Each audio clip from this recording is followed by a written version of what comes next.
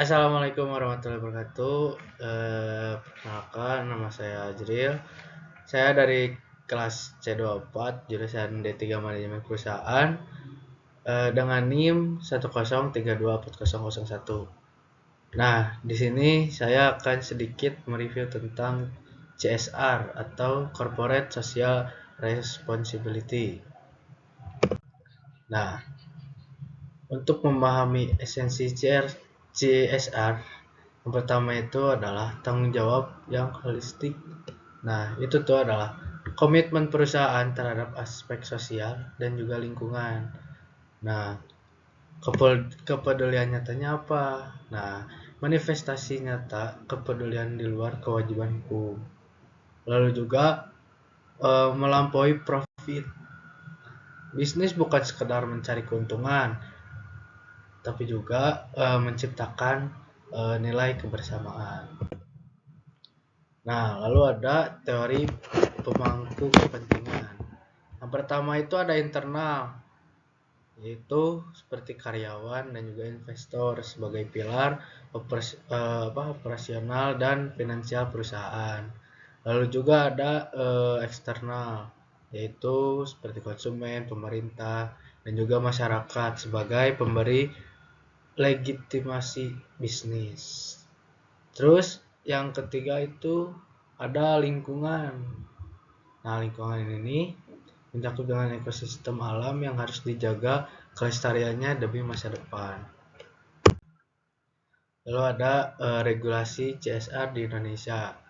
Nah, Undang-Undang Dasar Nomor 40 Tahun 2007 menjelaskan tentang mewajibkan perusahaan pengelola SDA untuk melaksanakan tanggung jawab sosial dan juga lingkungan. Lalu yang kedua, ada Undang-Undang Nomor 25 Tahun 2007 tentang menegaskan kewajiban setiap penanaman modal untuk menciptakan hubungan yang harmonis dengan lingkungan.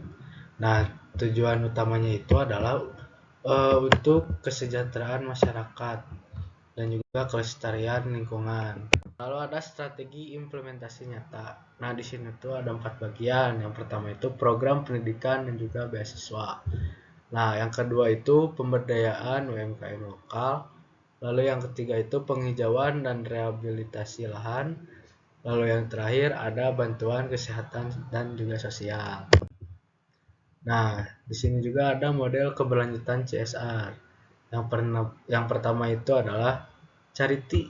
Nah, charity ini tuh untuk membantu bantuan langsung jangka pendek seperti donasi, bencana atau juga hibah sosial. Lalu juga ada eh, Komdev. Nah, ini tuh berfokus pada pengembangan kemandirian dan juga kapasitas masyarakat lokal. Lalu yang terakhir itu ada sustainability. Nah, ini tuh integrasi nilai sosial ke dalam model bisnis inti untuk dampak jangka panjang. Nah, ini adalah transformasi digital. Nah, di era digital ini tuh CSR berevolusi menjadi lebih interaktif dan transparan melalui teknologi. Nah, terus ada juga benchmarking perusahaan. Contohnya yang pertama itu perusahaan Bank Indonesia. Nah, program utamanya itu bantuan dan juga inkubasi UMKM.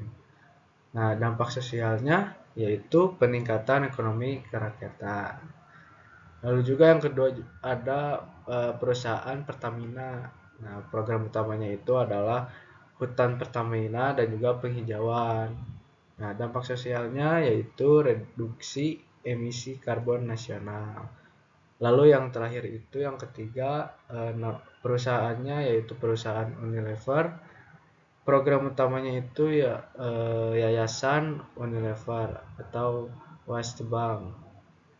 Nah, dampak sosialnya yaitu pengelolaan sampah berkelanjutan. Nah, di sini juga ada dampak strategis CR. Ada kepercayaan publik, ada loyalitas konsumen, reputasi brand, dan juga employee employee engagement. Nah, ini tuh estimasi agregat berdasarkan transaction efektivitas CRR di digital di Indonesia gitu tahun 2024. Nah, untuk kepercayaan publik itu terhadap CSR ada 85%. Lalu untuk loyalitas konsumen itu ada 78%. Untuk reputasi brand itu ada di 92%, dan untuk employee engagement itu ada 70%. Nah, persepsi persepsi konsumen itu 60% konsumen cenderung tetap setia pada brand yang memiliki tanggung jawab sosial yang nyata gitu. Terus juga CSR ini bukan sekadar biaya, melainkan investasi strategis jangka panjang bagi keberlanjutan bisnis. Nah, kesimpulannya adalah bisnis yang hebat itu tidak hanya diukur dari angka di neraca keuangan, namun dari seberapa besar dampak positif yang ditinggalkan bagi dunia. Nah, mungkin cukup sekian dari saya. Mohon maaf bila ada salah-salah. Assalamualaikum warahmatullahi wabarakatuh.